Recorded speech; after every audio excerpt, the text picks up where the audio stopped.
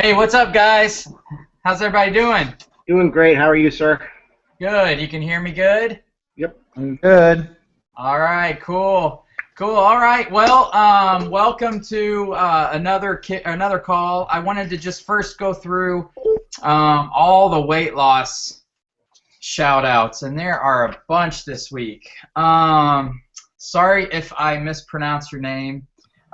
First, we've got Joanne Potts. She's down 46 pounds this challenge, and we're like, what, week 2? And 46 pounds in 5.5 months. So great job, Joanne. And we've got Steve Foster down 6 pounds this challenge, 116 total. That's crazy. And Steve, I don't know if you've updated. We have a Hall of Fame document in the file section. Since you've lost over 100 pounds, make sure your name's on there if it's not already. Marlu, I'm not sure if that's the correct name, if I'm saying it right, but down 3 pounds. Deanne Bedreau down 3 pounds in 2 weeks, 46 pounds in 109 days. Penny Walters is down 4 pounds, and she's actually reverse dieting, so she's been increasing her calories and down 4 pounds, so that's awesome. Susan Murphy's down 2.6. Alan is down 3, although I'm not sure if that's a goal of yours. Was it a goal to lose weight, Alan, or are you trying to add weight? No, I'm adding the calories back up slowly after doing a mini cut. Yeah, well, good, man. Chris Petro is doing Body Beast and down 6 pounds, which is awesome. You know, a big misconception out there is that you can't do Body Beast and lose weight, and that's just not true. You can do Body Beast and lose weight, and we can help you do that. Anna Worthington is down 8 pounds. Leslie Ditto is down 20.2. Obviously, that's not in the 2 weeks of this challenge, but overall. Katie Rogers is down 71. Chad Arnold is down 13.6. Jamie Foster is down 2 pounds this week. Mark Brusky is down 5.4 since we started the challenge and down 26.7 since July 13th. So great job, Mark. Sally, oh man, you can tell I'm cutting. I think that's Brownlee, but I read it as Brownie. Now I want a brownie. Sally Brownlee is down 2.5 pounds. Christy Downing is down 9 pounds. Carl Dumrose, he's doing P90, and he's been awesome in the P90 group. He posts a video every single day of how the workout went and how he's getting better every day. It's pretty cool. But Carl's down 28 pounds. Dana Steinthornson is down 11.4, and Mike Contois is down 23.5. I may have butchered some of those names, and I'm sorry if I did. But awesome job, guys. Great job. The interaction in the group is off the charts. I posted about this call today, and I went to bump it, and I kept scrolling and scrolling, and I couldn't find the darn thing because you guys are posting so much. But that's great. So way to participate. I see people, you know, posting struggles, posting victories, all those things we talked about in the kickoff call. So it's all great. You guys are doing wonderful. If you ever post something, I just wanted to encourage you and remind you that if you post something and you want a particular coach to see it, make sure you tag that coach, because there's a lot going on, and we're also doing, you know, small groups, and we've all got several people who we're checking up on regularly, so we might miss a post. If we don't comment on something, it's not because we don't, you know, we're being mean or we're ignoring you. We may have just simply missed it. So don't get mad. Just tag us or send us a private message. But posting on the group and tagging us is great, because somebody might have the same question and just be afraid to ask. So just tag us if you have a question for a specific coach. Joey he's got tons of time. You can tag him all day long if you want. Thanks, boss. I'm just kidding. So really tonight, you know, now that we're in, week 2. Some of you are into week 3 of this. I posted a blog I wrote a while ago just about some reasons why you might not be losing weight. And I wanted to go over those real quickly. I want to keep this call under 20 minutes, so we're going to go fast. There weren't too many questions posted today. But I see a lot of people having great success, and then a lot of people also struggling with weight loss. So I want to just go over a few things real quick. A lot of these we've talked about a million times, but there's some common reasons why you might not be losing weight. One is you might just not be working out enough. You might not be at a big enough calorie deficit. Working out more is going to help you do that. We talked about it in the kickoff call, but I would really like for you guys to work out a minimum 5 to 6 days a week. It doesn't have to be a Beachbody program, whatever that is. And I'd really like for you guys to try to alternate, cardio and resistance training if you can, or some lifting some weights. So do a cardio day and then a resistance day. Alternate those 5 or 6 days a week, at least 30 minutes a day. If you do that, you're going to see results. Your body's going to start changing. And then, the other thing is don't just go through the motions. I'm at the gym training clients all the time, and I see people on elliptical machines reading magazines, yawning, all kinds of stuff. You're just not, if you're going to be at the gym or you're going to work out, you're there. You might as well put in work. And if you're not stressing your body, you're not forcing it to change. So really push yourselves. I mean, you shouldn't be able to read a magazine when you're working out. Now, some of you who are really out of shape and you're just easing into this, going for walks every night and all of that is perfectly fine. But just keep your expectations in check with what you're doing. So if you're walking 10 minutes every night, just keep in mind that you're just working on getting yourself up to being healthier and being able to work out longer, and the weight is not going to fly off like somebody who's working out 5 to 6 days a week and might be really pushing themselves hard. The other thing is variety. Make sure that you're adding variety to your workouts, because like I said, your body is super smart and it's going to adapt to whatever changes you're throwing at it. And if you're doing the same thing, if you're just walking every day or you're just jogging every day, then it's not going to change a whole lot. So make sure you're adding variety to your workouts. Variety is what's going to change your body and make it a lot better. And the last thing is nutrition. You're either going to be cutting, you're going to be bulking, or you're going to be reverse dieting. And we talked about that in the kickoff call. What you're going to have to figure out what the best avenue is for you. Are you somebody who's got a ton of calories, you're eating a ton of calories and you're ready to cut?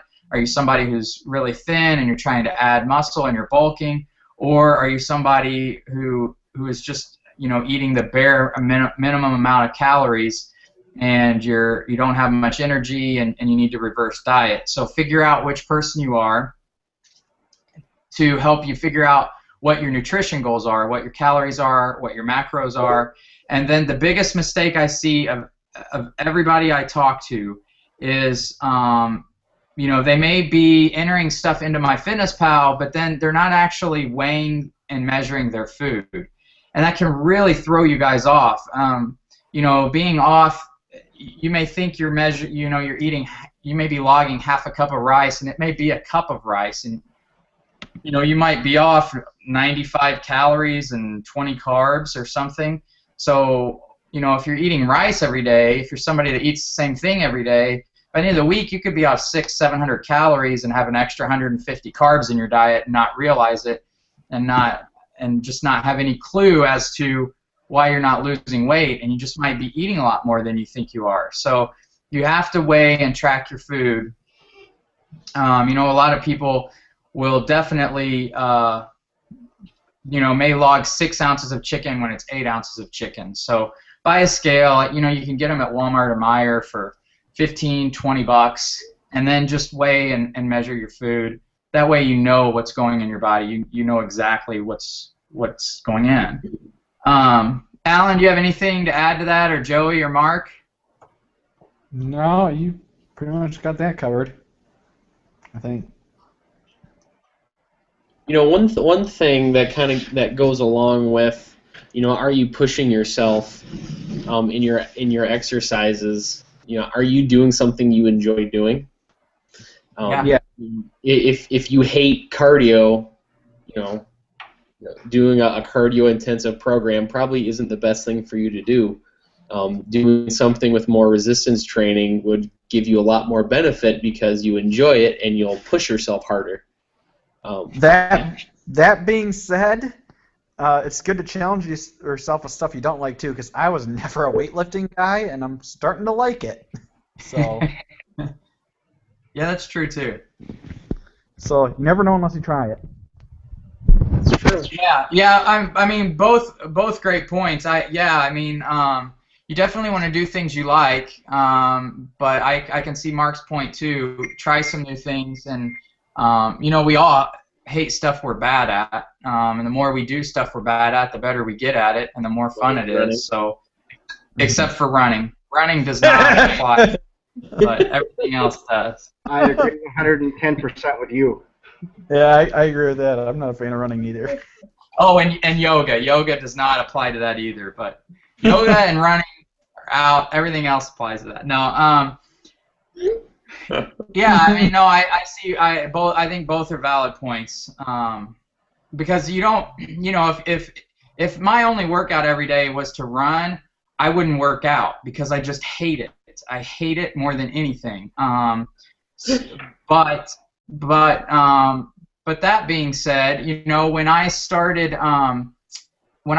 Asylum, I hated cardio. I hated running, but I hated cardio.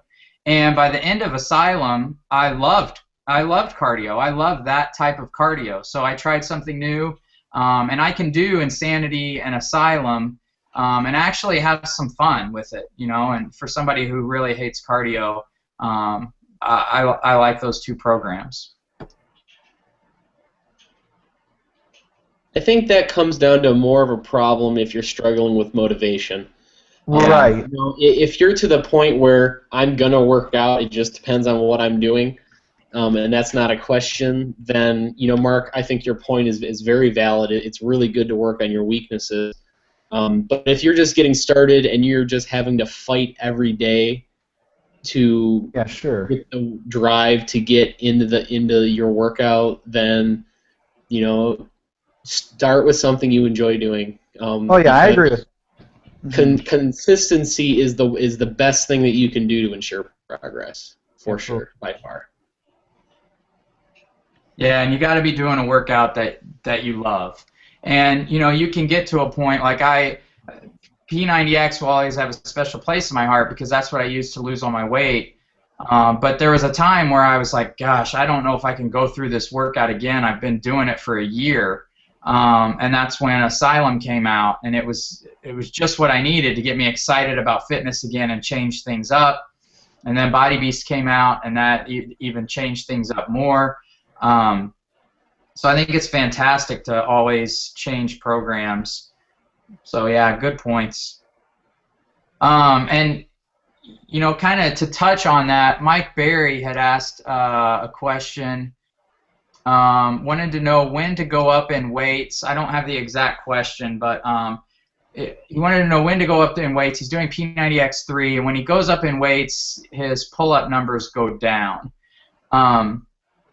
So, Mike, what I always do is I try to hit, you know, 6 to 12 reps. This is just for strength and hypertrophy. I try to hit 6 to 12 reps, and you know, a lot of times, especially with P90X, I tried to hit probably more around the 8 rep range.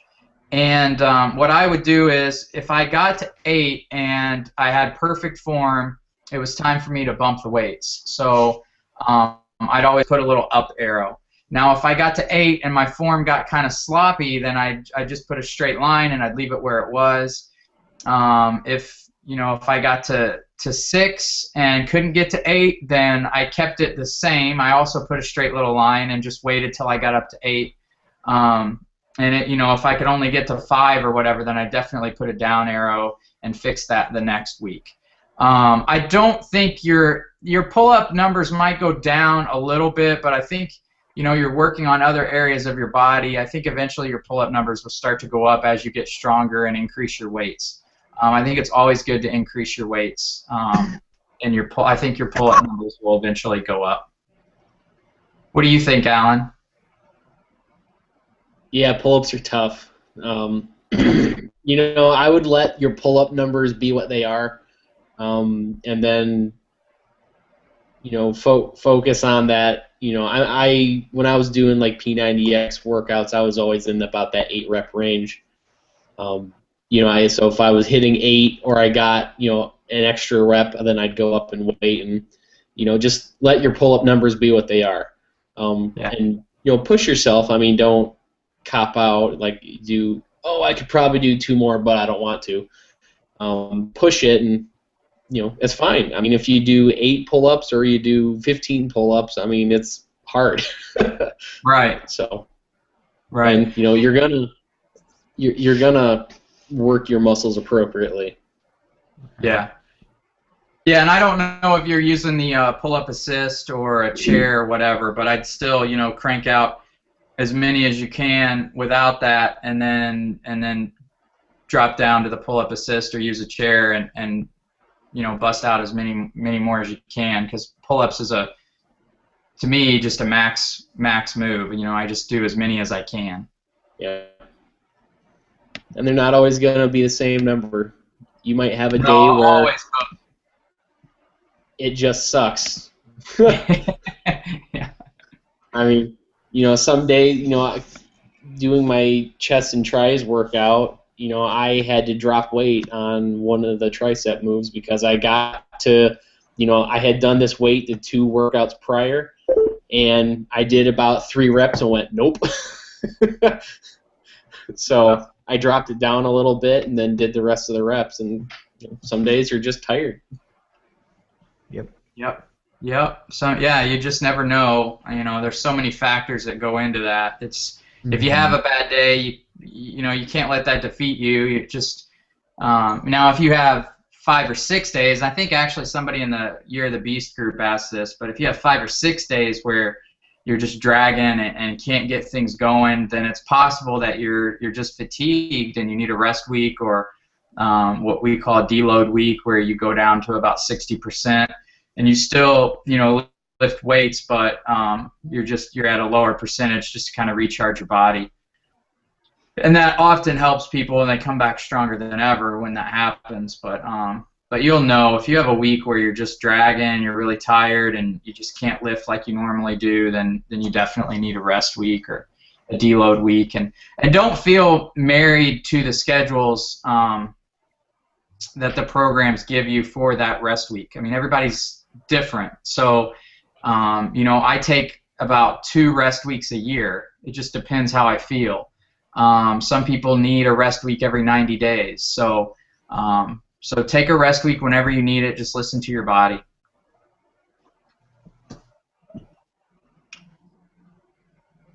Alan, or Joey, were there any more questions in the group, or was that it? They had the one for Stephen Miller was asking about, will training for a 10K or half marathon mess up my P90X results as far as building muscle? He says, I assume I would need to add more calories to balance out the energy. I would need to do both. Yeah, I would definitely add calories. Yeah, I mean, P90X isn't... P90X, you're going to add a little bit of muscle, but it's mostly going to burn fat. It's not like... you're not putting on tons of muscle with P90X. I mean, you're going to put on a little bit, and obviously, the more cardio you do, the less muscle building I think there's going to be. But I still think you're gonna be fine. I mean, I did a round of P90X, and I think I was doing the Insanity Max workouts on the cardio days for the entire round. So. I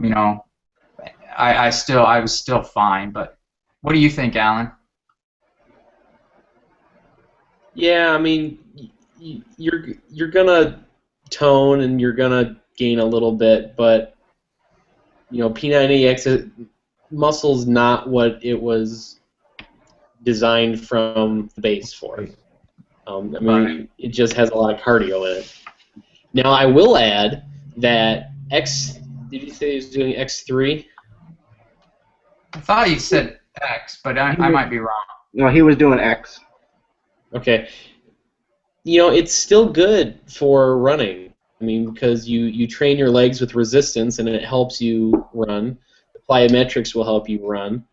You know, doing the P90X series workouts prepped me for a Tough Mudder 12-mile race or 10.5-mile run. I went out running 2 weeks before the Tough Mudder, went 6 miles in 51 minutes, and went, okay, I'm good.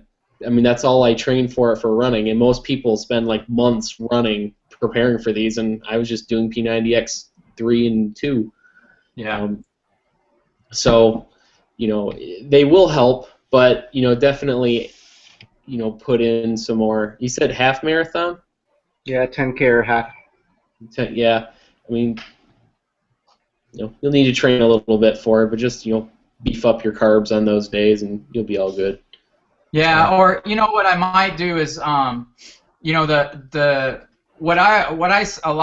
think a lot of people make a mistake when they're training for a half marathon or these races, is they don't add any resistance leg days or a cross training day. I think it's really important. And the cool thing about all these Beachbody programs is they kind of have that. I mean, plyometrics would be like your cross training day. And it's going to make your legs so much more stronger than just running every single day. That's like Alan said, you know, he didn't really train for it. In fact, you know, I haven't trained at all for the 16 miles and 40 obstacles I'm doing this weekend. And I went out and ran 3 miles today in 24 minutes, and I haven't ran since January, and I'm an elephant. And all I've been doing is tons. I mean, twice a week, I'm doing tons of squats, front squats, box squats, hamstring extensions, and all this stuff. But I'm working my legs like crazy. And before, when I used to run, my legs would wear down before my cardio, and now my legs feel stronger than ever because I'm actually doing so much weight training. So I think P90X is great. What I'd probably do is use plyometrics, keep that on your Tuesday or whatever, and then swap out Kimpo and run on that day. Yeah. And maybe even run on your yoga day. And you know, you're training, so you're running, so you're going to be stretching like crazy. So I don't know. I know a lot of people aren't going to agree with this, but I don't know how necessary yoga is if you're stretching every single day. Anyway, so I would just personally, I'd keep that, and I'd run on yoga day and Kimpo day, and then you can probably throw one other running day in there if you want, and you're going to be fine for a half marathon.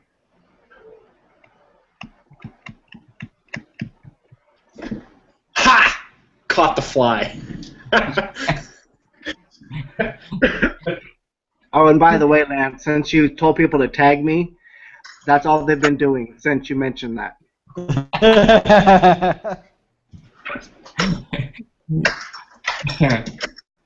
Good job, gang. Good job. My kung fu is strong. Wax on, wax off. All right, cool. Well, I think that's it, guys. Did you guys have anything else you wanted to mention from the weeks, or? No. I'm gonna be gone. So this is what, week 3? Yeah, I think week 3. I think I said week. So this is where the new car smell is gonna start wearing off. You know, and things are gonna come up.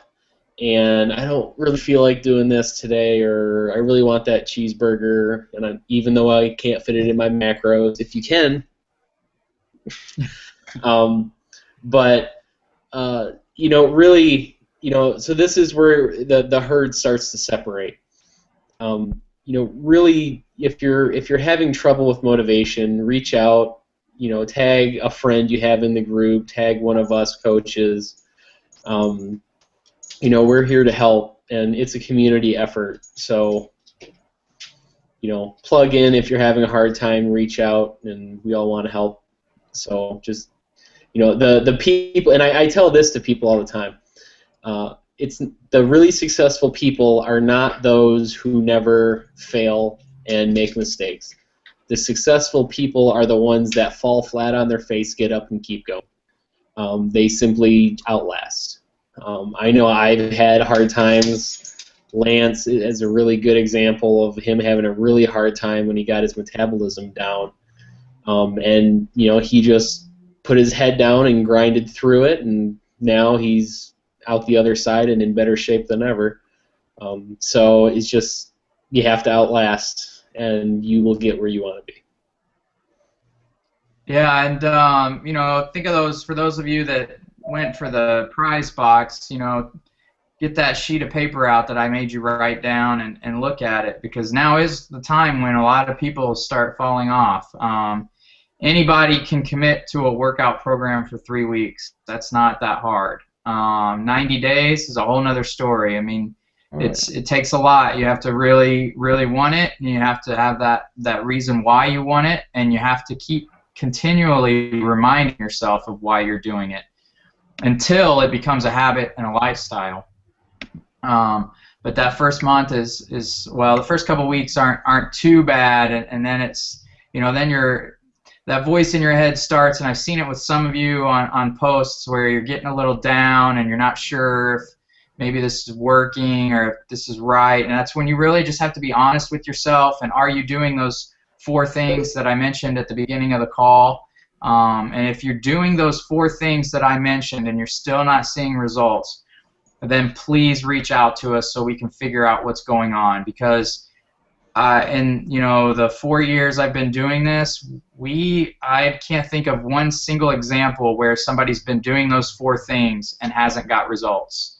So we know this works if you commit to it. But yeah, like Alan said, it's now is when the new car smell starts to wear off, and we start to see who's really serious about this, who really wants it, who really wants to change their life and get healthier and fitter. So those of you that are on the signed up for the PAL list, there's like 55 or so. There may be a little bit more than that. We've reached out to everybody last week and again this week, and some of you we haven't had any response from, so I'm not sure if you're just not seeing the message. I don't know why you'd sign up for the PAL list and not respond when we message you, but there's only a few. So we'll send you, if we haven't got a response from you, we'll send you a message and let you know, hey, we just haven't got a response from you, and if you're not going to respond, we're not going to keep bothering you. So we assume that you don't want to be on the list anymore. So sometimes those messages can go, and I don't know if Facebook does this anymore, but they used to have an other folder if we're not friends with you. So if you are on that PAL list and you have not got a message from a coach following up with you and asking you how you're doing, if you need help with anything, let me know, or check your other folder, your message folder, and make sure a message hasn't been sent that you just missed. Because those of you that signed up on that, we take that really seriously, and we want to make sure that we're following up with you guys and making sure that you've got everything you need to succeed. The only other thing I had to mention was today is what, October 28th, I think? Yes. P90 is only on sale for another 3 days. So they had lowered it to $160 for the challenge pack, which is like a month of Shakeology and P90. And everybody in the P90 group is really loving that program. It's a great place to kick off fitness if you're not sure where to start. They ease you into it, starting off with 25-minute workouts, then 35 the second month, and then 45 the third. So they really ease you into fitness and working out. They take all the guesswork out of what muscle groups to work, when to work them. You can do it all at home. It even comes with a power band. So I just wanted to mention that so you guys don't miss out on that. But I think we've got almost 70 people in the P90 group, and it's going really good. And like I said, Carl posts videos in there every day of how his workout went, so it's pretty cool. Anyway, that's all I've got. But if you want the link, get with your coach so they can get you that deal. But that's it.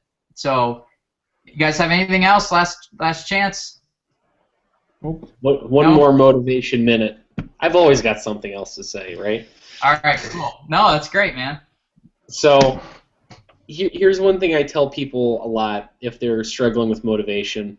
A lot of times people will say, I'll ask them what their why is, and they'll say, well, I want to lose 20 pounds. No, those are your goals.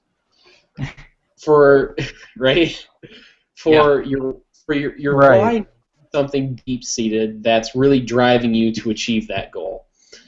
So whatever your goal is, if you're trying to gain muscle, get lean, just eat healthier, whatever it is, think to yourself, imagine you achieving that goal. What is that going to mean to you? What is that going to let you do that you want to do that you cannot do now? How is that going to affect your personality? How will that change in yourself affect others around you? So think about that deep emotional connection, and that is what you need to keep in your mind when you're having hard times, when you want that bowl of ice cream but you're out of calories for the day. Is what you're doing driving you towards your goals based on why you want it? So I'm out. Awesome, man. Yeah, that's good. That's good. All right, guys. Well, let us know if you need anything. I will be headed to Dallas on Friday morning, so I won't be around the computer Friday, Saturday, Sunday, or Monday. But I'll be dying, running and running and running. So think of me when you guys are working out. So have a great week. Let us know if you need anything, and we will talk to you all later.